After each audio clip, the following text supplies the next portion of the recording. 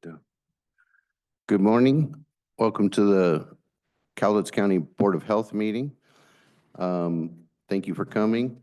Our first order of business is every year at the beginning of the first year, the first part of the year, at the beginning of the first meeting, we are to elect a chairperson for 2025 and then a vice chair.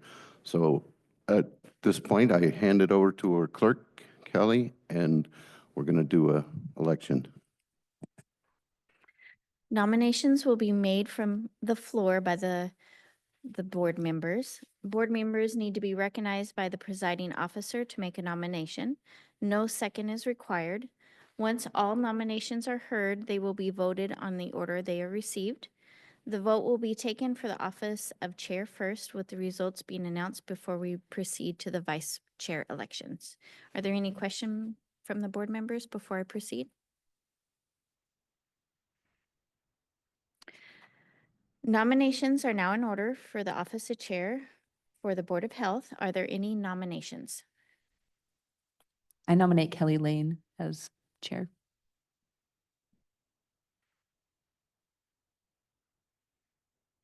Are there any further nominations for the office of chair? Last and final time, are there any further nominations? Seeing and hearing none, nominations are now closed. The board will now vote according to the order which they received, which was just one. So are there all those in favor of board member Kelly Lane for chair signify by saying aye. Aye. Aye. Opposed? Any abstained? So the vote is unanimous, and congratulations, Kelly Lane, for chair. I will now move it over to you for the election of the vice chair. Thank you for your confidence, and it's very appreciated. I will do my best to serve the public. So the second order then would be to put a vice chair on. Vice chair is responsibilities takes over for the chairperson during the chairperson's absence. So nominations for vice chair. I'd like to nominate Rick Dahl for vice chair. Others?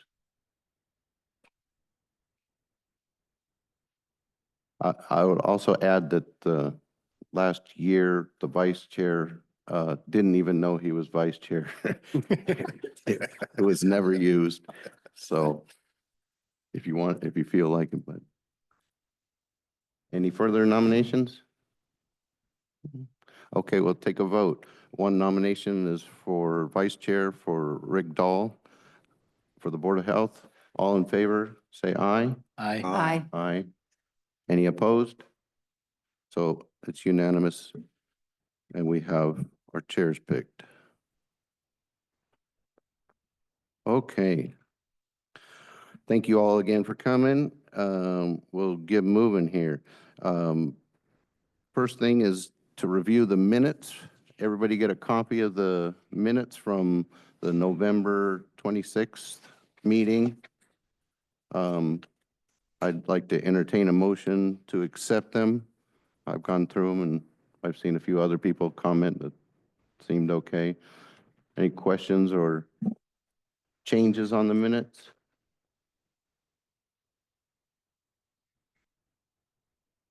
Move to approve the minutes from November 26, 2024. Okay, motion on the floor to approve the minutes. All in favor, say aye.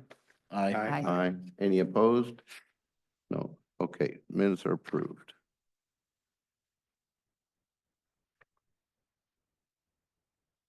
Okay.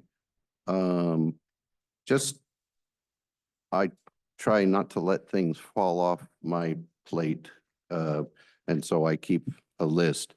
One of the things that's from last year is that HHS helped add to the website to provide information on water supply, water testing, specifically for arsenic.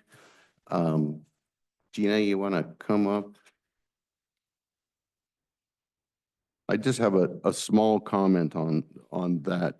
The sources that are put up there, I tried to get water testing.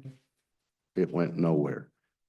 They referred me up to a place in Tacoma, and so there was, it dead ended, and they didn't call back For the water labs. for the water lab. Oh, correct? interesting. So I did do a little bit of research and found Home Depot and Lowe's, they do sell tests, and they do have one test that has arsenic. The kits, and then you have to send it, Yes. yeah, to the Correct. lab. Okay. But that was the readily available one, and I just wanted to mention that. Okay, yeah, we did update our website with a page specific to arsenic in well water. I think Kelly was going to pull it up really quick. We could just show everybody how to get there, what it looks like. So we'll give that a second to pop up. So this is our main Health and Human Services site. Right now, there's two ways you can get there. You can see right there in the carousel, we have different topics kind of filtering through the foodborne illness. So there's flood safety, and then I'm just letting it cycle. There's pertussis. Yep, you could click it. And then there's dangers of arsenic in well water. So you can click on it right there. You could also click on the menu on the left-hand side, environmental health. And that will take you to that main page, drinking water safety. And then right there at the top, it's arsenic in well water. So we have a link right there. And then we just have information up here about how to detect it. What are the signs? What are different treatment options? We have the water labs linked there, but we'll have to look at that a little more closely. So we have that information up on our website. There's a link to the brochure on there as well, and I brought some hard copies if anyone wants a hard copy of the brochure, Arsenic in Well Water. So we have some of those available. I'll just leave them here. So yeah. Thanks. the update. That's new news. I didn't know there was a brochure. That's great. Okay, thank you for that. Kelly, can I ask a couple questions Yes, really please. quick? We talked at one point in time about putting a map on the website, I thought, about areas that have higher incidence of arsenic. Is that still going to happen or in the works? So what we have right now on there is what Kelly had, I think this came up in this group. There was some conversation about arsenic levels connected to mining areas. So there was an existing map that we did link to on our website. We could certainly talk more about like an arsenic heat map. We had talked about that too. So we could look at doing something like that as well. And I agree with Lorna. I think that would be very helpful to see an arsenic Mhm. heat map. Mhm. So not just the mines, because Mhm. there may or may not be a correlation. Right. So just seeing where they kind of are centrally located would be helpful. Yeah. We'll look into that a little bit more. I know we'll have to look at what data we have available for the arsenic levels. I know there's a graduate student who's been doing some testing, and I think he's going to be doing some more testing out there. So that might be helpful for that as well. So, There's one limit to that, though, is because not all wells have been Mhm. tested, the map is going to give some false data as far as a hotspot. it'll be limited, right? So it would only be areas that we have testing results for. Obviously, we don't test all wells. Not all wells are tested. So it would only be wells that we have testing data for. So there would be a big caveat there with. Perfect, thank Yeah. you. Got it. Is that a county or a state site that records that? So we get some test results, right? So if individuals voluntarily test their well and they happen to report that to us, then we would have that data. As from what I know right now, there's not a state site or an existing site that identifies areas for high arsenic. So it would be something that we would be creating. So the heat map would be something you're gonna have to generate, Right. and it would be limited only to the test results that you somehow have access to, not what the state has?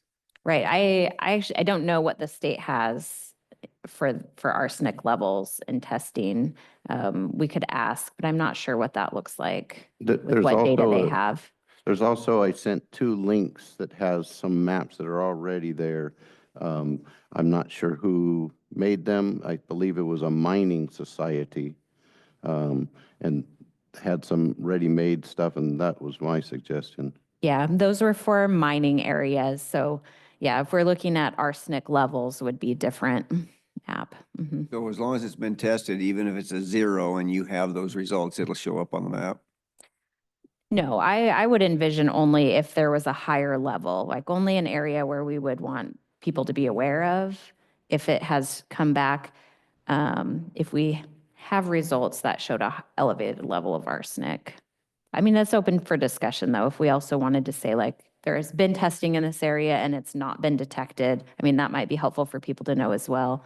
Or there's been testing here and there were higher levels of arsenic. So we could look at either way.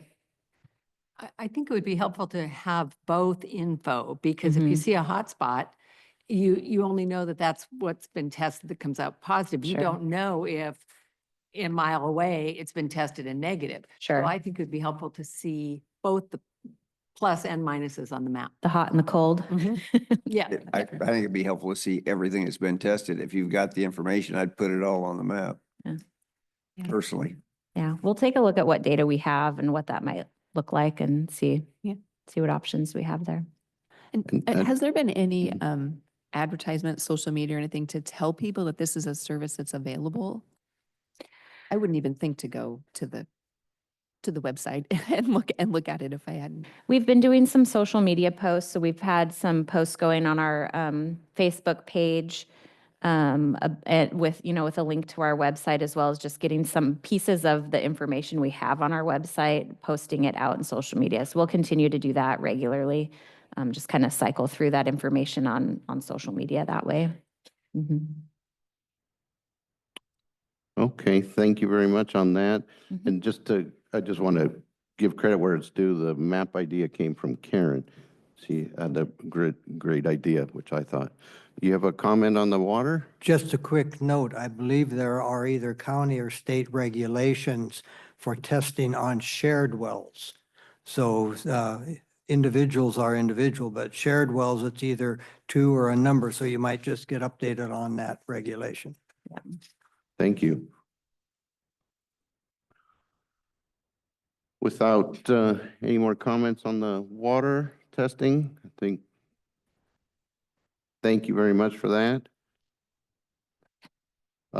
Next item up is what we've talked about it before a couple times, is the Youth Substance Abuse Prevention Project. This is kind of near and dear to my heart. I think preventing the youth from abusing substances, which include vaping, alcohol, tobacco, drugs, whatever it is, prevention is the key. I don't think we're going to ever stop everybody from doing it. So if we can try and prevent it, a pound of prevention, or excuse me, an ounce of prevention is worth a pound of cure. That's what I've always been raised with. So I've got not exactly a presentation, but a couple things on there. Kelly, can you put that first picture up?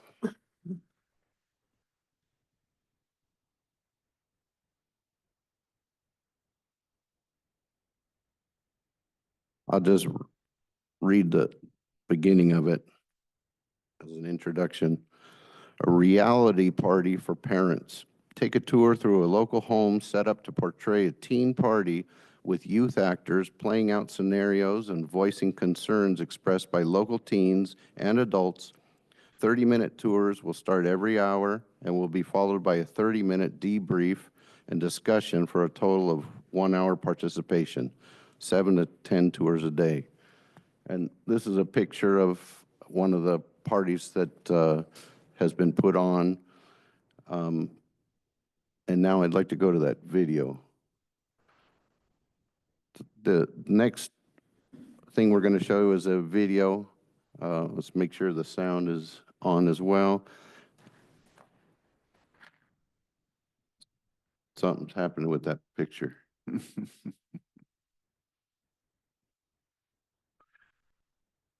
This video that's coming up is very old, actually, several, more than 10 years old.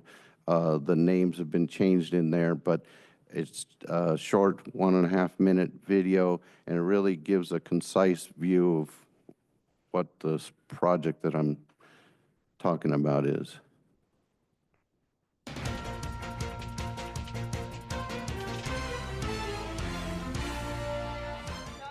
Straight Up uses its improv troupe to reenact scenarios that take place every weekend at parties across the country.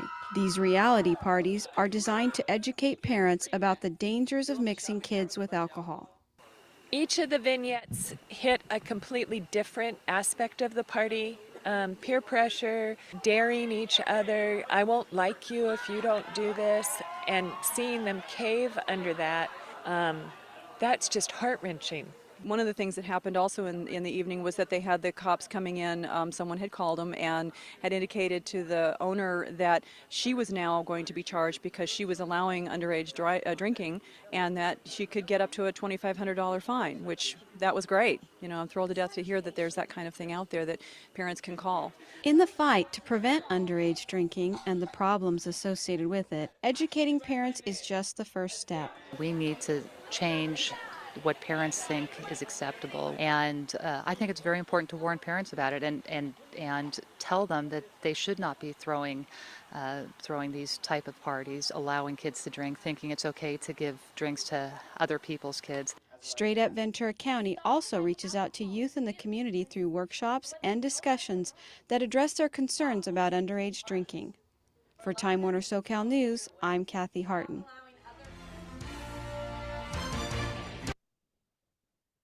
So this idea of a reality party, it's put on by students for adults. I attended one with my wife many years ago when my daughter was in high school, and it still, when I talk about it, makes my hair stand up. Talks about when, for example, if a girl passes out at a party, there are certain, I don't know, rules, ideas that if their shoes are left on, that you're supposed to stay away from that. If their shoes are off, they're free game. Towards the end of this party, as we're going from room to room, the actors put on this party in front, and you see them do everything that's going on in the schools today. And towards the end, as we're watching, you see everybody has calmed down. There's been fights. There have been people that are passing out and throwing up and fighting over the keys to drive. So you shouldn't drive, and girls calling their mom saying, please pick me up, and the mom won't pick them up. And at the very end, there's an older gentleman, not too, I should say, older than teenage, but he's definitely not a teenager, walking in, eating some chips, and he sees, see, it still chokes me up a little. He sees a girl passed out on the couch, and he starts walking over to her. He's been invited on Facebook through, because the kids are advertising a big party, and he walks over, and then lights go out, and that's the end of it. But it's very impactful. I've talked to Castle Rock High School. I wasn't sure where to exactly start. I've talked to Castle Rock High School, their the school district board, as well as the principal and the theater teacher in Castle Rock. And I've talked to some other people about this on the board. And this project, I think I'd like to try it. I think it's a good idea. It's never been tried in Washington State. It has lots of success in several other states. It's a group it's a nonprofit organization that puts that on and will come up here and teach us how to do this. The cost is $10,000, which is a big chunk of money, but in the scope of county business, it's not that much in my opinion. But that $10,000 will fly these people up. They will put on this show or this reality party for us using the student actors. Students can get social service credits. Was that the right term? Community service hours, sorry. Community service hours. So they will get something out of it. It's a lot of fun. It's, and the people that come up to train us for this one-time fee of $10,000 will leave it into our county's hands and to the school's hands. And after that, it's only $240 per, per year if they do it once a year, just for a royalty fee for the script. So it's a one-time investment to get the people up here to train us and train the schools. And then after that, it's really pretty minimal cost. And I'd like to see if the board likes this idea, and if we do like this, I'd like to kick it over as a recommendation to the commissioners to fund it. So I'd like to open the discussions. Kelly, you mentioned that they've had a lot of success in other areas. They've done that. What is success? What is that? How's that defined? How are they measuring that? From what I've seen, they've had feedback from the parents who attend this. There's also the law enforcement. I can send I have just one document that I got, which was recommendations from several sheriffs and police saying that it has had effect. I forgot to mention that after the party, after the play, the parents go out to be debriefed by a policeman, and the police or sheriff will be there on hand, and he will give us the real nitty-gritty of what's really going on and talk to the parents about what's happening. So as far as success, proven success, I only have one document that I can send, and I'll send that to the board later today. But it has, I can say from me and my wife and my kid, it was very impactful, and all the parents that we attended with at the party, we were all pretty shocked, and it really got a conversation going. Furthermore, every time I presented this little presentation to people, I haven't received any negative comments on it. So most people think that it seems to be a pretty good idea. And so I thought I'd like to try it. Kelly, for the sake of conversation, I like the program. I think it's a good program. I just have a couple of questions that I want to bring up that we can discuss. As I watched the presentation when we watched it before, one of the thoughts that came to my mind is my mom and dad raised us in a home where the expectation was, this is what we don't do and this is what we do. And as a teenage boy,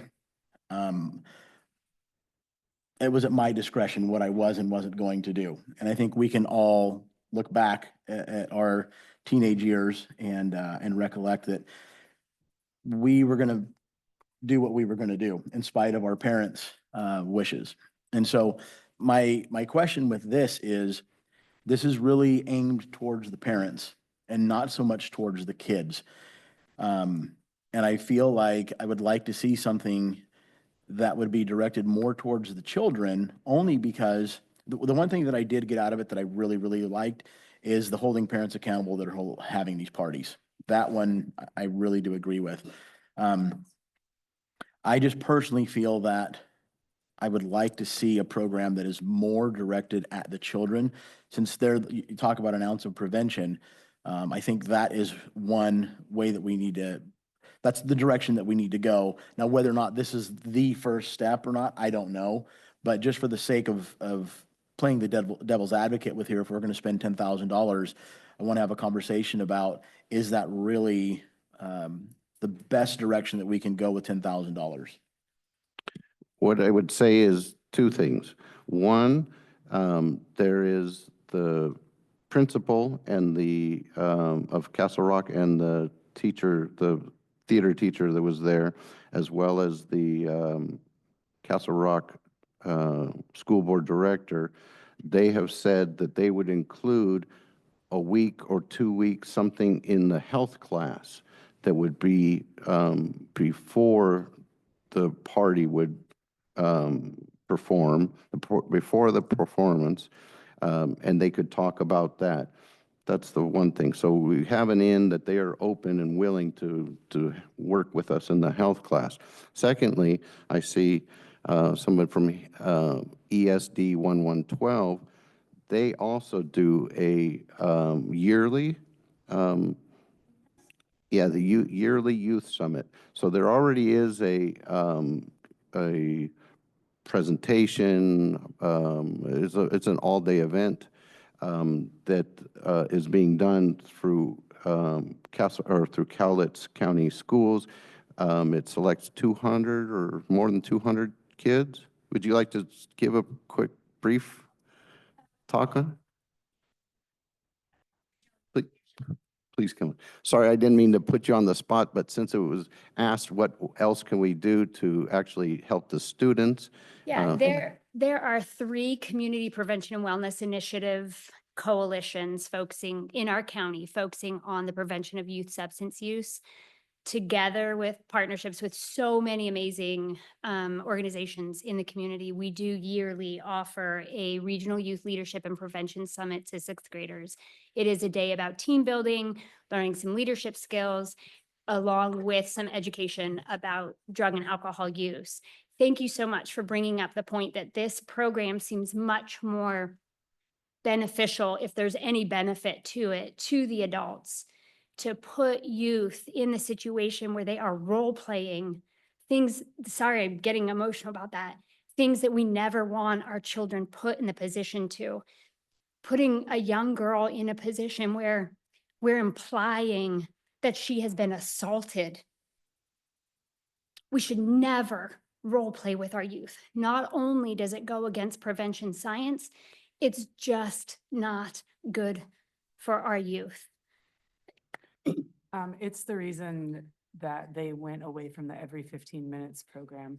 It's Yes. actually on our list of don't participate in and was taken away as an activity every year in our communities. That role-playing scenario is greatly looked down upon in the prevention world. We receive an excellence in prevention list of do's and don'ts from the Division of Behavioral Health and Recovery, who we are essentially receive our funding through ESD, and we have to follow those guidelines. So while I think there's a benefit to this, especially for adults, I don't think that this is a benefit to youth. It is not something as a coalition that we would be able to support whatsoever. So I know that you and I had talked on the phone, and I had pointed you in the direction of the high school, not really knowing. I am a little disappointed that the high school has agreed that this would be something. Have you talked with our student assistance professional? Have you talked directly with the superintendent? Because I don't see either of those two supporting this. That's just my own personal opinion. So what do you do for the parents? I hear you say you're doing things for the kids. What do you do for the parents? Awareness. We have done town halls. We do community events where we are handing out information and talking to parents. We do drug takebacks, talking about whether you have prescription drugs in your home, whether you have edibles, whatever, keep them out of the reach of your youth. We offer parenting programs. Each Thank you. coalition makes some different choices. So I said that we have 3. Lindsay is with the Castle Rock Care Coalition. I'm with Kelso's Highlander Hope Coalition. And then Our counterpart, Sarah, who's not able to be here today, is with Longview's EPIC Coalition. So each coalition does things that are slightly different that their community members want for their community. So And essentially, we're governed by a coalition of members that represent 12 sectors from across the community. Our first step well, right now, we're actually rewriting our strategic plans. Our first step in rewriting the strategic plan is looking at the Healthy Youth Survey data and where our communities need help.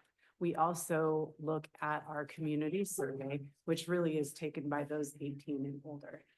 After going through that data with our coalition members, getting input from the community, I know for me, the school is the hub of my community. So working very closely with the principals and administration, we then decide what programs do we need to support the data that we're seeing.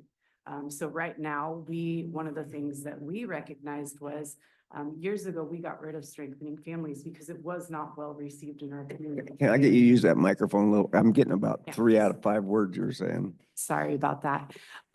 We held Strengthening Families program for years in our community, and it kind of phased out where people stopped attending. So in looking at our data this year, we saw we have a really big need for parenting programs again. So as we're rewriting the strategic plan, the coalition had to decide which parenting programs do we want to bring back into our community. So we're currently looking at 2 of them, Guiding Good Choices and a program called Parenting Wisely that's currently being done in Kelso moving forward. So that's just a small parent piece. That does include town hall meetings. Last year, we had a group of students that got together and put together a presentation on the dangers of fentanyl and held a town hall in our community. It was actually the biggest town hall that has ever been attended by adults in our community. Normally we get like 10 to 15. We had roughly almost 70 parents show up to this event.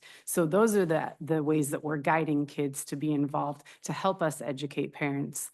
We also push out things through the Skyward, different flyers, how to talk to your kids about drugs. We have resources that are available, and we try to make sure that the parents in our community know about those things.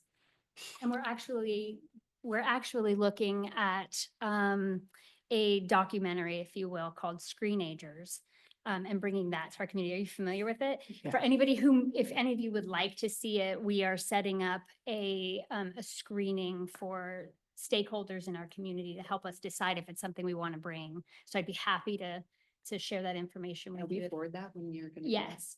We're going to be limited to how many people can watch it. So I kind of need a commitment from you so that we can make sure that we get it out to as many people that would be interested as possible. But we're considering bringing that too. And that's, again, directed at parent education primarily. And- Oh, And I was just going to say, again, anything that we do in any program that is put on our action plan has to be approved by the Division of Behavioral Health and Recovery. We are required to select our programs off of the evidence-based list. Any innovative program has to be approved, and it goes through a whole approval process. We do a program called Career Beginnings, which essentially before COVID was really matching up youth with people in the workforce for this mentorship. COVID happened, we had to adapt that. Now our biggest thing is our career fair. I right now cannot keep that on my action plan unless it is approved through Mentor Washington. So I'm currently getting ready to start the process of working with Mentor Washington to essentially give their stamp of approval to continue this program. But again, anything and everything that we do has to be approved through DBHR. So I appreciate your concern about the role-playing issue, but I guess I would also ask, by the time kids are in high school, what's your evidence base show you how many people have had alcohol? So How many high school kids have drank before they got into high school? you can actually find that information at askhys.net, and it will give you county level data. So it will tell you exactly what the 12th graders in Cowlitz County are answering to some of those health youth survey data questions. They do ask, have you ever used alcohol? Have you used alcohol in the last 30 days? yeah, I have it here. It's 33% drank alcohol in the past 30 days.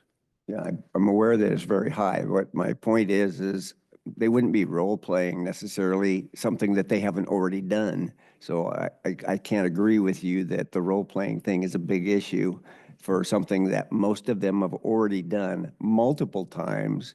Now, you're asking high school kids to do this. You're not asking teenager kids in middle school or something that have never done it. You're asking people who have the experience to sit and demonstrate and illustrate to parents.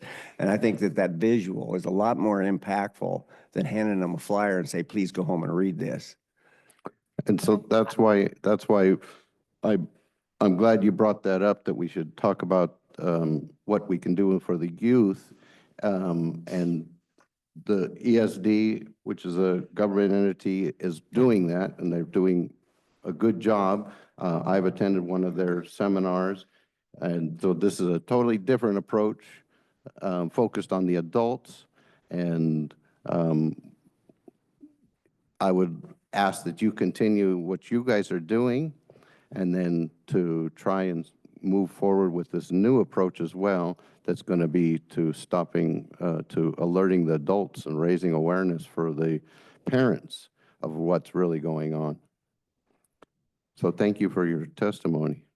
Yeah, I was just gonna say really quick, you said it was 33% of 12th graders. That was the last statistic produced by Peace Health. So By Peace Health?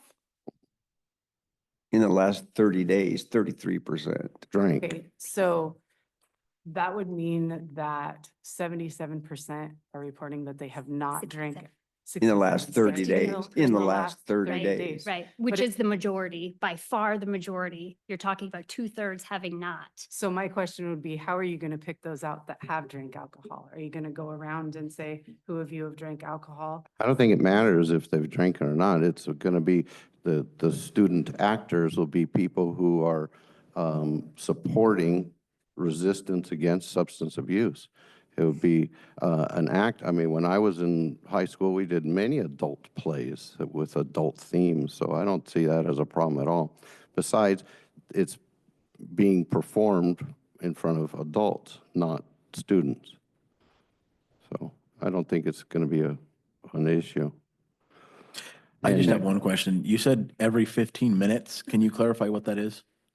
Every 15 minutes was a program. It was a partnership with the sheriff's office. They would come in and essentially they would create like a mock car crash out in front of the school. They would put the vehicle that had been completely demolished in front of the school. Then when students showed up at the school, they would see this car that's been smashed. And throughout the day, the Grim Reaper would come through dressed in his big Grim Reaper outfit, and he would go through and essentially he would take the life of someone in a classroom, and their grave would be put up on the board. And so it was supposed to represent every 15 minutes, someone is killed because of drunk driving. So at the end of the day, I'm not sure how many kids exactly it was. I know I participated in high school. I want to say there was like 22 of us by the end of the day that had been killed due to drunk driving. We were then taken off-site overnight and essentially put in a hotel. So our absence was felt by the community as well as our peers. We would put together a skit. We had to write letters to our parents, essentially as if we had passed away. The letters were left behind for our parents. So like, my understanding is if I were to pass away tomorrow, the sheriff's office still has the letter that I wrote to my parents 20 how many ever years ago. What we didn't know at the time was as we were at the movies, planning our skit, writing our letters, someone's parents in our group had received a visit from the sheriff as well as a chaplain. And they showed up at the house of that person. They often, like if it was me, they would take like a necklace. They would go to my parents' house and tell my parents that while we were crossing the street going to the movie, that I had passed away, and play it out until they told my parent it really did not happen. And the next day, that parent would be invited to the assembly to share thoughts, feelings, and emotions with the group.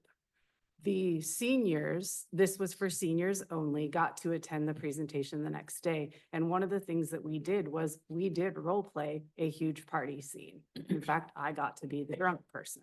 I'll never forget being the drunk person. And to be honest with you, at that point, I had never been drunk. So I did not know what it was like. Then they would have like a victim, not a victim, I'm sorry, a family member of someone who really had died, come up and speak what that was like. And then the family of the student who got the fake visit would then get up and talk. And essentially that was the end of the 24-hour-long program. So I hope that clarifies. And how long was that being done? It was actually done for years until schools stopped participating in it because they didn't feel like their kids were really getting anything out of it. And then DBHR came in and was like, this again is not a best practice. And by that point, most of the schools had already backed out of it with even receiving the prevention science that it was no longer effective. So I was a part of it my senior year, which was 1999. So You know what the cost of running that program? You know what the cost of running that program was at that time? I do not. Okay. Thank you very much. So Kelly, if I may, I have a question. Please. So the reality party idea, if I understand right, it's primarily geared towards the parents. And my assumption here, so I need it to make sure it's correct, is that what you're trying to do is help parents not sponsor these kind of parties. So that triggers then my question, is this happening? I guess maybe I'm so naive. Is this happening a lot where parents are sponsoring these parties? And is this a primary place that where we should be focusing versus kids making choices? Excellent question.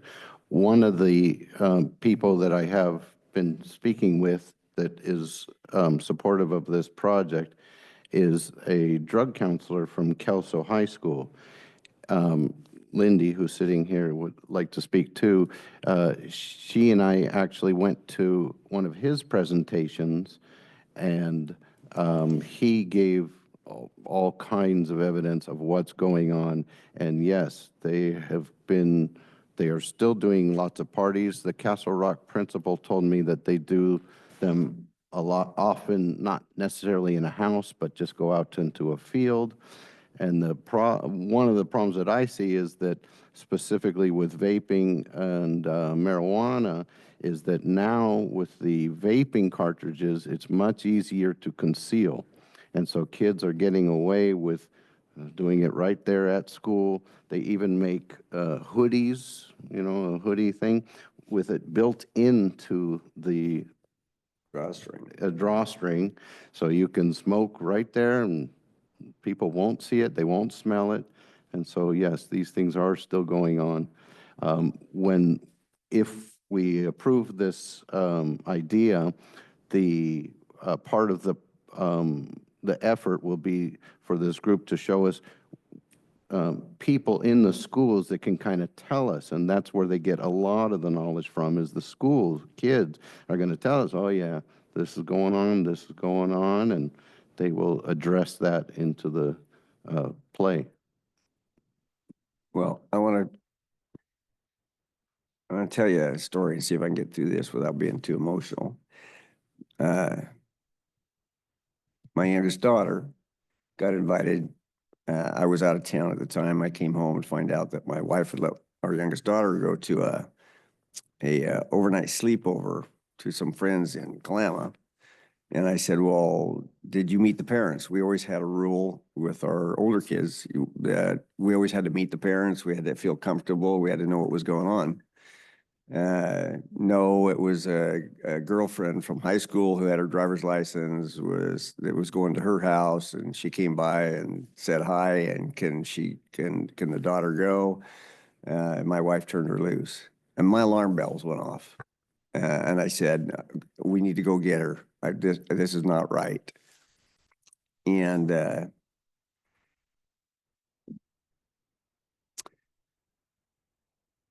I made my now ex-wife, I made her call the parents' house.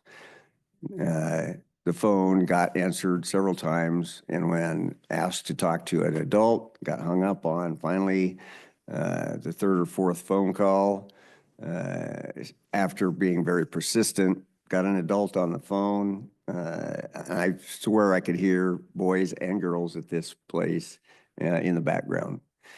I just said, we have to go get her. My wife convinced me, no, we're not going to do that. Everything's fine. The parent said, the boys are leaving, da, da, da, da. The day after, when my daughter got home, my alarm bells had not calmed down, and I cornered her and had a bit of a conversation with her, and both drinking, smoking, and sex had gone on all night long, and that was my daughter's first sexual experience.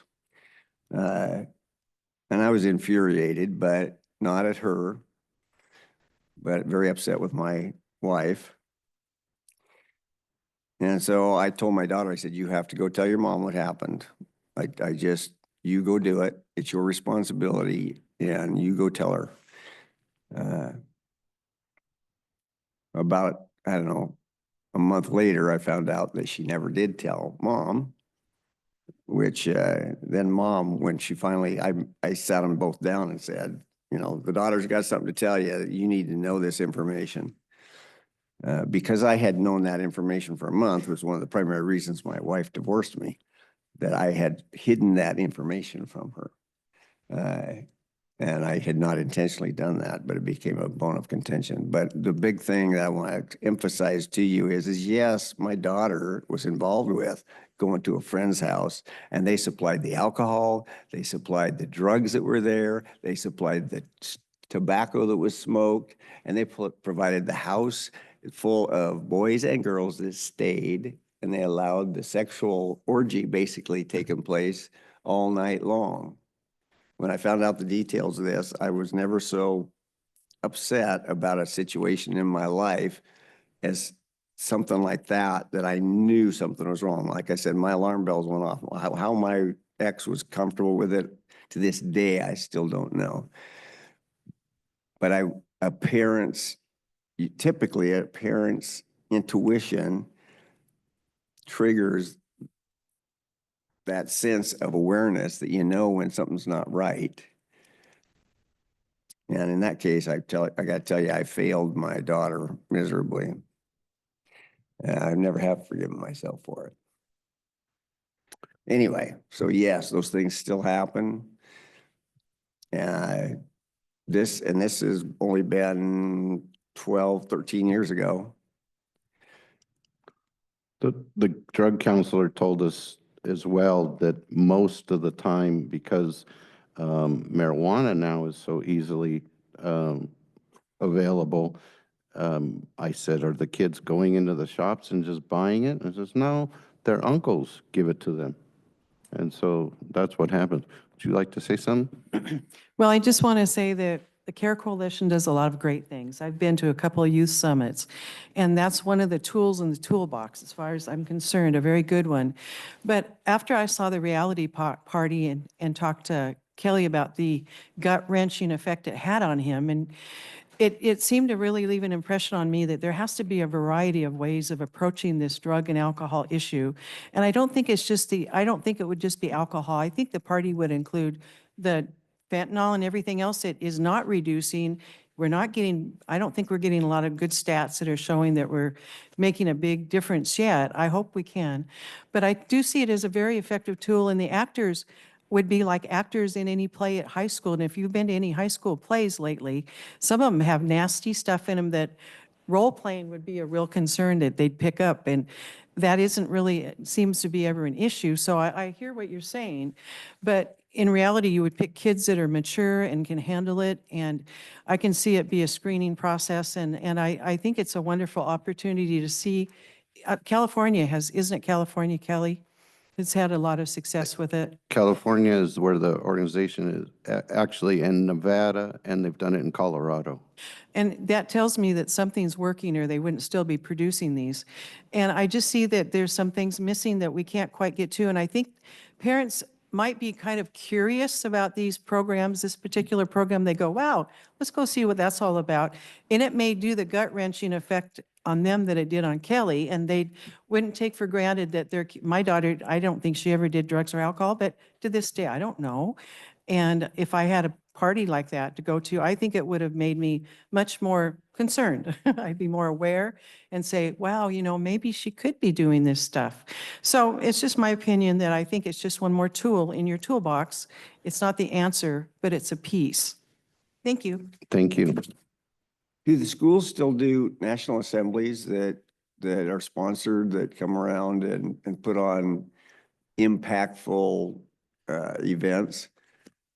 The reason I ask, I've still never forgotten one while I was in high school where a gentleman who was an excellent storyteller in his presentation came around and did an assembly, and I graduated from Castle Rock High School, and all of the high school students were in that gym, and he told a story about imagine you're out on a Friday night with your football buddies, and you've been drinking a little bit, and you come around into this dead end where it's a favorite parking spot, and there's a car parked there, and you come to realize that there's a boyfriend-girlfriend relationship going on in the backseat of the car, and your buddies open the car, and they drag the guy out, and they start taking turns one at a time going through the car.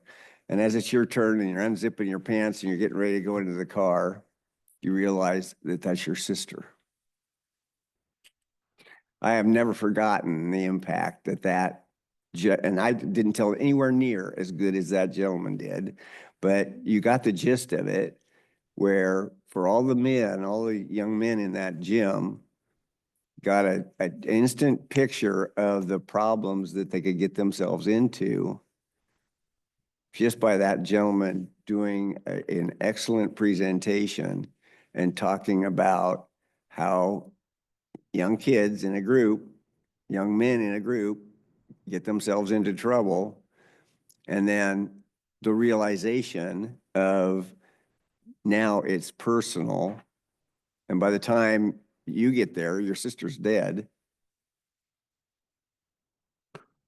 So I'm wondering if the schools still do national assemblies that help kids understand that type of reality, and especially in this day and age with all the drugs that are involved, for God's sakes. The vaping stuff scares the crap out of me. I don't think it's just like cigarettes. How many years did we go down the road with people smoking cigarettes before we come to the realization and the truth that was probably known for many years of what the dangers of smoking were?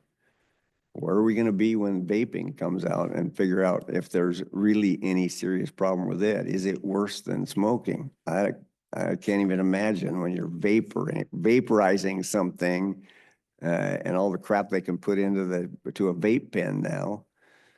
I can't even imagine what that can turn into. Fentanyl, they can vape fentanyl as well. Isn't that refreshing? So I think it's a good idea to try something new that has some success. Would you like to say something? I'm wondering, on this $10,000, is that a one-time thing that would cover the whole Cowlitz County? And then each school district within Cowlitz County would pay the $240 every year thereafter? That's correct. It's $10,000 to get this organization to come up with 4 people, the hotel, and train the school and whoever else is going to be involved, the police as well. And so they would be training all 6 of the districts within Cowlitz, or just Castle Rock? Well, the plan is for them to come up one time, and that one time $10,000, and I have only approached just Castle Rock High School as opposed to trying to go after every other school district. But I think what we could do is invite the school district from the other districts to that reality party. And if they are willing to take it on, then yeah, it would just be a script fee, $240. But I envision it as a one-time $10,000. Yeah, if it could be that one time and not $10,000 for Yeah, no. each district, it wouldn't no. be cost effective. But No. I think you've got something going, something really to consider and to think about. Thank you.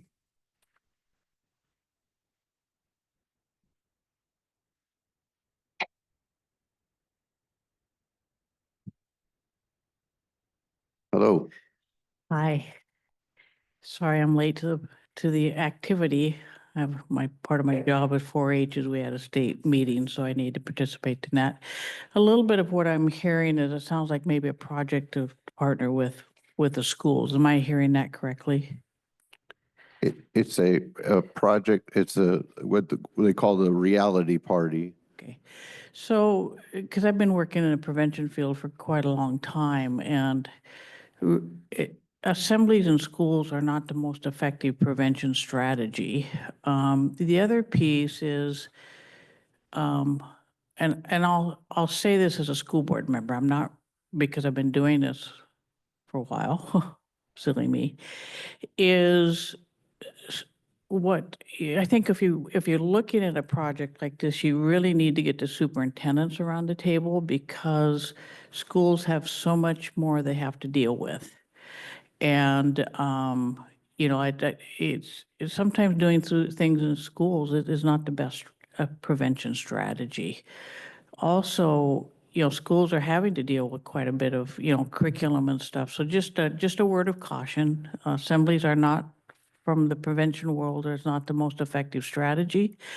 It's really important to look at the funds that you have. I'm assuming it's either the opioid funds, sorry I'm late, is that when you look at programs that have been proven to be effective, what we say in the prevention field, best practices. They've been proven to be effective by research. And the other piece is that it's just in the prevention world is do good strategic planning, look at your data, look at your gaps, design programs that best fit the needs of Cowlitz County. And we have 3 coalitions in Cowlitz County that they have to put together a plan. They look at the Healthy Youth Survey as their basis of what are our challenges, and then to design a program that meets the needs of the community. So those are some thoughts that I have, and sorry I'm late to the conversation. I had to balance my real job. Well, it's just all my real jobs. So anyway, but thank you for listening. I'm willing to, and I've had a good conversation with Commissioner Dahl because he's a liaison to the extension office, is that I don't have any fight in the game as far as a funding standpoint, but I'm willing to provide technical assistance or support because of my passion towards prevention and what puts youth at risk and what puts families at risk. So anyway, and the best part is providing that technical support, I'm free because I work for WSU, and you guys, of course, are a significant funding partner. Thank you very much. Do we currently have ordinances like contributing to the delinquency of a minor? Do we have anything like that currently in the county? Social host ordinances is what they call it, and I've asked that question and I don't know the answer. I think we have to ask the police, maybe. I'm sure we got piles of ordinances that probably go miles into the sky, so I'm sure there's something in there. There is a couple comments, so I know Ron's up there. One comment came in, I think he would want to review the script before making a commitment. Another comment, I've been doing some online research during this meeting. I see no research or evaluation results on straight up Ventura County. We used to have party patrols in Washington, but I can only find research on college-based programs. The only lit review study I can find on the issue is from 2016, i.e. there is nothing very current. Those are just comments that came in. Please. The voice of experience says parental opportunity and role. There's no problem with us as parents knowing two things for any of these events. Where is your son or daughter at? Just a simple address. And showing up at one of those places just periodically once in a while. The voice of experience, we and my daughters will joke about it right now, but when a parent, don't have to make a big crisis out of it, but if you show up, they know you're there and they know that you care. That impact alone is significant. Thank you. Good comment. This probably isn't gonna be popular, but that's never stopped me before. I'm kind of on the line, I think where Ron's heading here is, we're asking, schools to me are very simple. They're to prepare your child to get along in this world to work and stuff. And quite frankly, I think it's failing. We've added training programs at my previous work just to teach them how to add and count back change, because that was part of our business. We've turned our schools into social experiments or whatever. We're asking them to do the parents' job. And that just drives me crazy. I want schools to teach our kids the basics, so when they get out, they have some skills from shop to math to whatever. Stop this social nonsense. And we're trying to go down that road, and so I have issues with that. And so that's my piece. I told you it probably wouldn't be popular, but that's what it is. That's how you view this program, as social? This is the parents' purview. If I have trouble where my kid's going, I go over to the place and I say something about it. Okay, but this is focused on the parents, right? Then why are the schools involved? If you want to focus on the parents, focus on the parents. The schools, But you're asking the schools to put this on. no, no. There you are. You asked Castle Rock to put it on. We asked them for their approval if they would support it, and then we would ask for student actors from all the district. And it's not necessarily, the Castle Rock would put it on, actually. What we only asked the Castle Rock school to do would be send out the invitations to the parents. So that's the only role of the school, is that they would be sending out. I'm just pretty clear on, I think our schools have gotten way out of line and where we need them. And this, you keep opening this door and it just gets wider and wider and wider. And now you have, and I go to the schools and I speak against these policies 3210, 3211s, where if you have a kid that comes in and tells you that I don't want to be Jill anymore, I want to be Jim, that they have to be addressed that way. They have to be accommodated in sports. They have to be accommodated in the locker room, and they don't even have to tell the parents. Get the schools out of that nonsense. And all I ever get, well, it's an RCW. It doesn't make it less evil. I agree with you in that, but to clarify, the school in this case is only going to be sending out the invitation that the coalition or that the project would come up with. Yeah. The school. Kelly, I don't crack those doors because I know what happens when you crack those doors. They open, and then you're all kinds of mess. The schools are for educating their kids so they can come out and they can join a workforce and they can do the job. The parents' job is to teach them social rights and wrongs. It's not the school's job. And that's just where I stand. I get you, but like I said, it wouldn't be the schools doing it. Okay, we can go back and forth, No, but just, I see I see your point. I tell you guys all the time, my job, I figure My job, I try to be open and honest about what I believe. Your job is to decide whether you like it or not. It's a very easy relationship.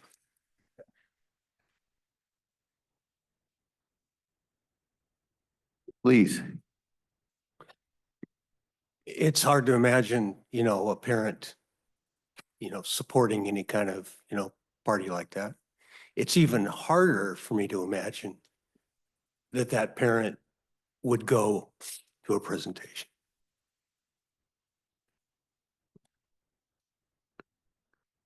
I Please. did some research on a social host law in Washington State, and it does have a social host liability law for underage guests under the age of 21. If you are a social host and you knowingly serve or provide alcohol to underage guests, you could be liable for any damages or injuries they cause.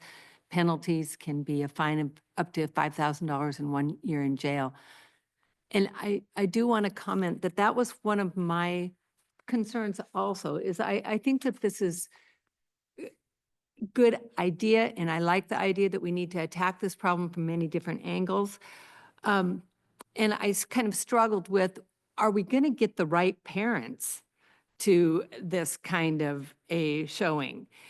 And that's still a big question of mine, right? Because those that are responsible parents aren't doing it in the first place.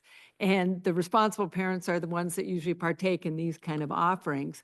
However, I will say that if responsible parents, meaning not responsible for being the social hosts, right, but responsible for trying our best to do right by our children, one of the benefits I could see is it would at least facilitate communication between parents and children. Is this occurring? Is this happening to you? What can we do to help protect you in these situations? But that would be a corollary positive from it. I really think that it doesn't target those that are being the social hosts. That's my concern. I'd probably agree that the people that are socially hosting these parties not going to want to come, but it's more for the conversation starting, gathering parents that have not believed that their kids are going to these parties, and get their conversation together with the police and saying, hey, this is what's happening, and you need to talk to your kids about that.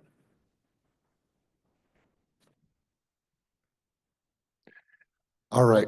So I don't know, there's a lot a person could say about all this stuff. I guess I survived all those years of good times, and I want to say, as you guys would know, I'm standing with Rick on this one.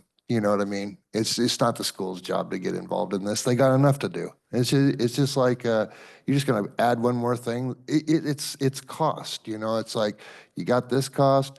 But if they're going to have to invite all the parents, well, how are they going to do that? What's that going to look like? Is that going to be an email? Is it going to be a flyer? Is it going to be, is there going to be posters at the school? Tell your parents to come to this thing. I'm just saying, there's there's additional cost that goes along with that. And the fact is that, again, this is not the school's job. It's not government's job. It's not the school's job. What your relationship is, if you're a parent and your kid is out doing these things, you're the kind of parent that your kid is going to go out and do those things. It's just, you're not going to change it. The parent can feel bad. You can say, oh, you're letting your kid get out here. It's not the place. These guys here, these ladies, they have been doing it for a while. They know what they're doing, and I don't think you're costing us any money either. That's a big bonus, No. I don't know if that part's true. That's not. But all I'm going to just rehammer my usual thing. This is not government's job. It's not the school's job. So Tim, before you run off. Okay. So the health department should not be concerned with drug awareness or alcohol problems. The schools shouldn't be doing it either. Is that what you're saying? Yeah, that's what I'm saying. Reading, writing, and arithmetic. Those are the things that kids need to go to school to learn. You send these kids to school, and then, you can say all these kinds of things about it. I could go on all day, but we're all aware of it. School is like this big social activity, but the school's job is to teach 3 things, and they're not teaching that now. And the horse has left the stable for what you guys are talking about on this. The horses already are gone. And you're gonna try and create some experiment, a new program. It's just gonna cost $10,000 this time, and then just $240 a year. And then, and again, I'm with Rick. I'm just backing you up, my friend. It is not the government's job. It's not the school's job. You're just piling more stuff on these guys. Okay, so it's not the health department's job either, right? No, no, it's not. In fact, with all due respect, Gina, I don't think we need a health department at all.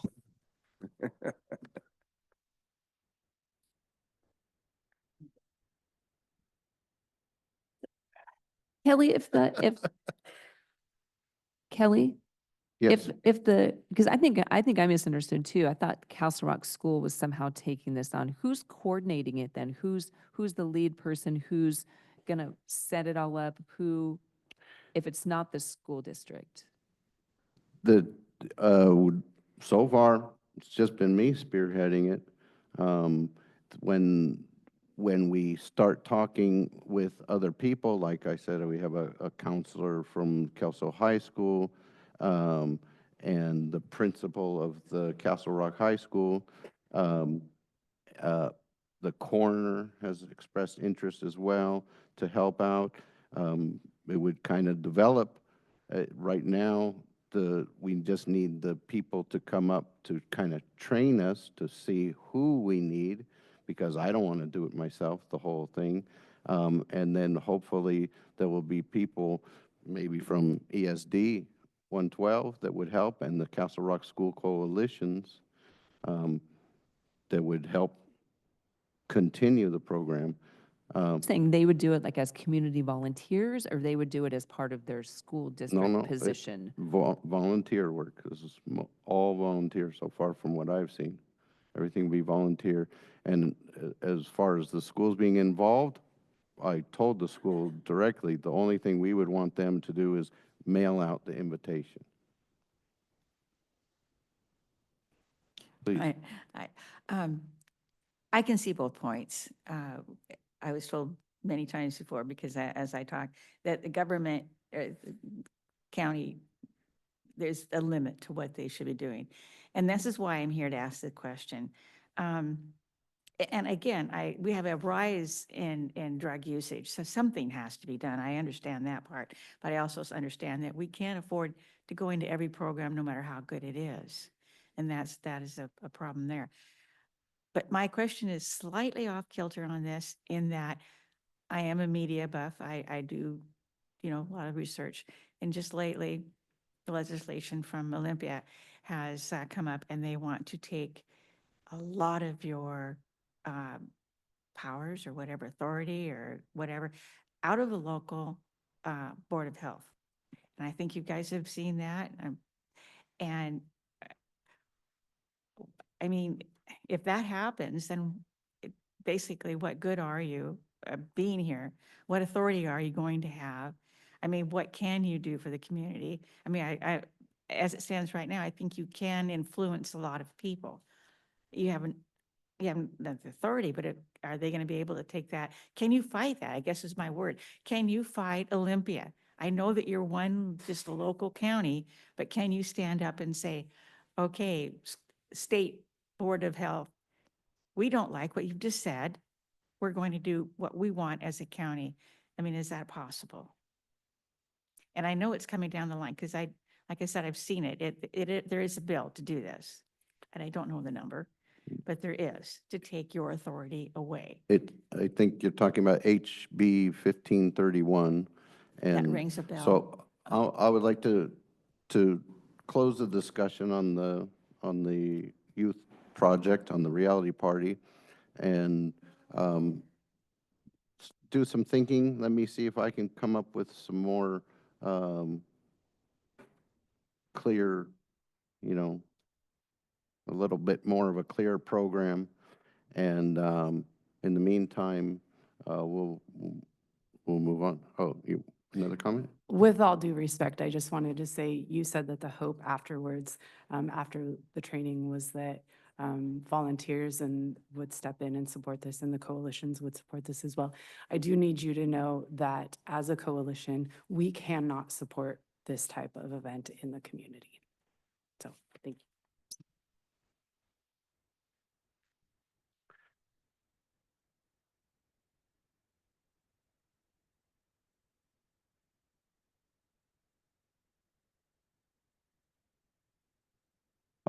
Hopefully it'd be my Just comment. one comment first on that one. The school coalition is against the program that we're just outlining right now. And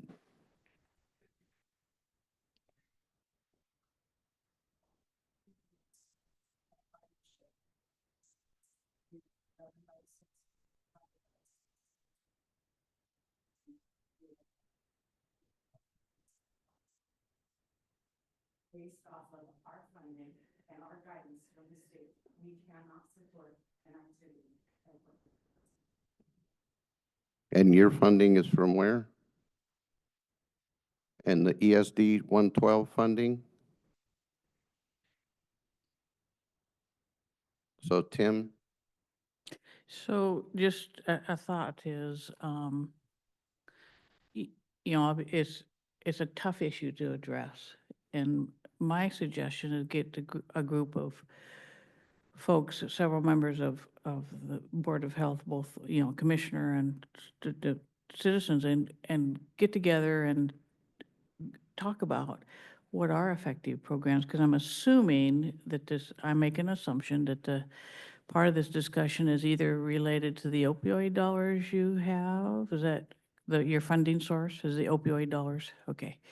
So just get a group together to say, okay, because the opioid dollars, and Gina probably will correct me if I'm wrong, is that there's some certain programs that can be used with the opioid dollars. So I guess my message in summary is get some key members around within this group, and some of us that work in prevention, and say, okay, how can we design the best program? And Ron really said it well, because I, of course, do strengthening families. But one of the key things that, yeah, it's hard to get parents to come to that. But one of the key things that we teach in strengthening families example is it's the session on who, where, what, and when.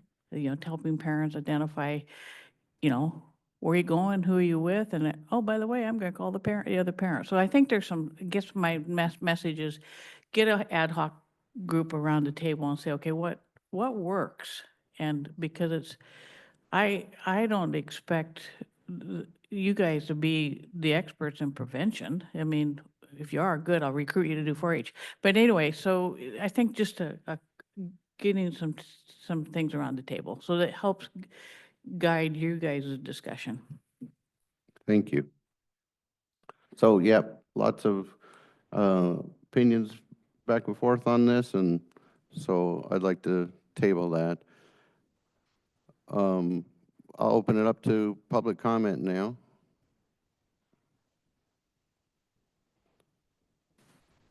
Happy New Year. My name is Bob Runnels. I'm with Informed Choice Washington. I want to thank you guys again. A few on the board here have passed a resolution last year that basically warned people about the government overreach and during the pandemic. So I appreciate that. We're one of the few counties to do that. And so I just wanted to go on to kind of another topic here, that given that you've done a resolution in the past, I might ask again that you would do a resolution. There's been more science and data published on COVID-19 shots, and I ask that you recommend against receiving COVID-19 shots to your citizens in Cowlitz County. It is becoming abundantly clear that the risks might very well outweigh the benefits. At the very least, the risk-benefit equation has changed. So out of an abundance of caution, please make this recommendation. Why? I did forward a video link from a bunch of doctors who have testified and brought forth all the science and data that they've got available right now. And I believe it's about an hour long, and that's been presented in Southwest Idaho and has caused their district, their health district, to remove the COVID-19 shots from their clinics. Oh, let me interrupt you for a second. Dr. Krager, could I ask you to come up maybe talk, our Dr. Krieger is our health officer. And yes, I brought that Idaho up at the last meeting. Can you explain what they did there? I'm deferring to the video where they'll give you more explanation of the science that helped them come to that decision. But literally, it was science and doctors and scientists presenting data and studies that was enough to cause alarm that the Southwest District, Health District of Idaho, multiple counties, withdrew the COVID shots from their county clinics. And I don't know if Cowlitz County has clinics. No larger counties have many clinics that will distribute the vaccines. We do not, just so you know. Say it again? We don't have vaccine clinics at this time. That, from what I've been told as well, the HH does not provide them, and we don't have any county clinics in this county. So by the mechanism that's taking place with adverse events and a lot of unknown and long-term effects from these shots, wouldn't it still be a public health concern? And there are shedding concerns, and I can give you a 7-part doctor set of letters expressing the concerns about shedding. When you have somebody go get their shot, they walk out of the clinic and they spread the whatever they're spreading after they get their shot. So at any rate, I don't have any other proposal except for to put this before you to explore what you can do to put out a warning about the COVID shots. Now, the reason I'm even saying this is there has been a new study that came out just last week. And if you let me go into just a couple details, I'll get into some things that have been discovered over the last year or so about the COVID-19 shots. They are contaminated with DNA fragments of E. coli bacteria normally found in human waste. It is very plausible these DNA fragments called plasmids are reactive with human DNA. Say during mitosis, when your cells replicate, your cell nucleus breaks down, your DNA is exposed. What's going on inside the cell? Maybe there's an RNA in there ready to react. Another study that's come out and multiple confirming studies about frame shifting or mutational drifts is the induced spike proteins, which make the future shots less and less effective to the point of negative efficacy.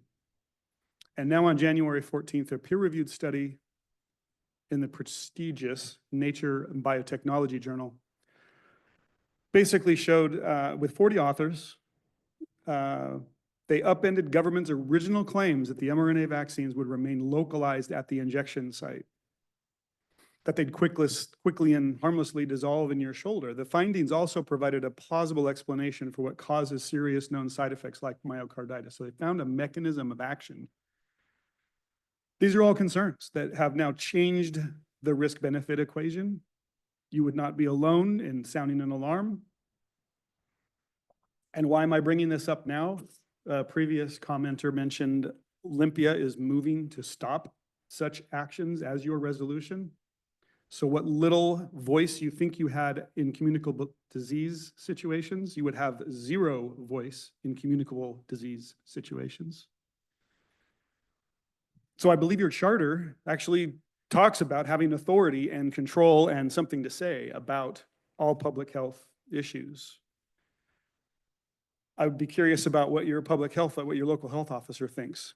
But the bill is HB 1531. Again, I forwarded you the email and the link, and I have a couple talking points on that. Preserving the ability of public officials to address communicable diseases using scientifically proven measures to control the spread of such diseases. And the action, the critical part of this bill is the state and its political subdivisions, county council, but also the Board of Health by virtue of its charter, may not enact statutes, ordinances, rules, or policies that prohibit the implementation and promotion of such measures. This is a Democrat-sponsored bill. It comes before the Committee of Health this Friday at 8 a.m. in Olympia. The public is generally outraged. The comment list is already at 6,500 versus 75 people who are pro, notably members of the FDA's ACIP, Ed Marcuse, and Francis Bell, who's on the Vaccine Advisory Committee. I mean, these are public health workers who want to do this to counties, that want to clamp down on their ability to diverge from the science that's declared in one space with one solution, namely vaccines. The word vaccines is invoked in this bill numerous times. So they're obviously going for, they want mandatory vaccines, shut up. At any rate, COVID shots aren't the only real, COVID shots for humans are not even the major concern at times. We've been ingesting mRNA type vaccines through our pork for years. And I just didn't believe it, couldn't believe, why didn't they tell us? How have they not tested this more? Oh, maybe this is the test. But it's come to light, and I have a Flame magazine here. This is our paper that is often shared locally with a pretty good investigative article. I hope you would read it, and I've got copies for you if I can hand out that at the end. It has come to light that pork producers in America have been quietly administering customizable mRNA-based gene therapy to animals, particularly pigs, I believe cows too, but for several years now, the practice, shrouded in secrecy, involves injecting mRNA clot shots into pigs without any disclosures on food labels. The implications of this operation are alarming as consumers unknowingly ingest pork contaminated with millions of these molecules. There's just, I feel like we're way behind the curve here, people. And anything you can do to help push back on this. I think that more visibility and maybe your voices in Olympia, if you would protest this, would be very helpful. 8 a.m. Monday morning, sign up at least 1 hour before.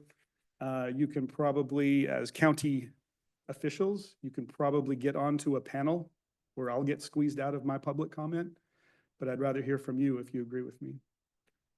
Thank you. Thank you.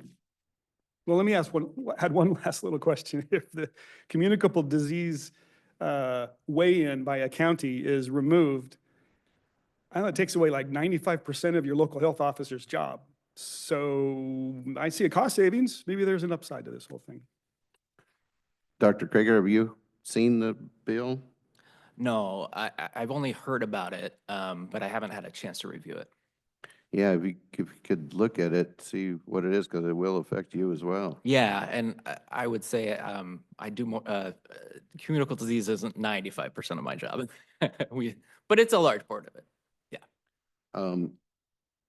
Yeah, from what I saw, it did look like it's going to strip the local authority. On the question that the presenter just talked about, that I've seen a lot of more evidence. We now know that myocarditis is now listed on the COVID vaccine as a warning. Before it was not, now it is on there. So we know that it can cause myocarditis.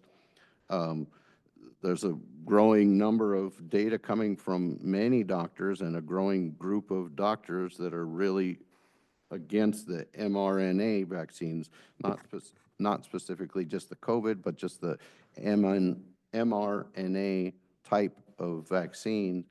There is a COVID vaccine that is not mRNA, it's a dead virus. Correct.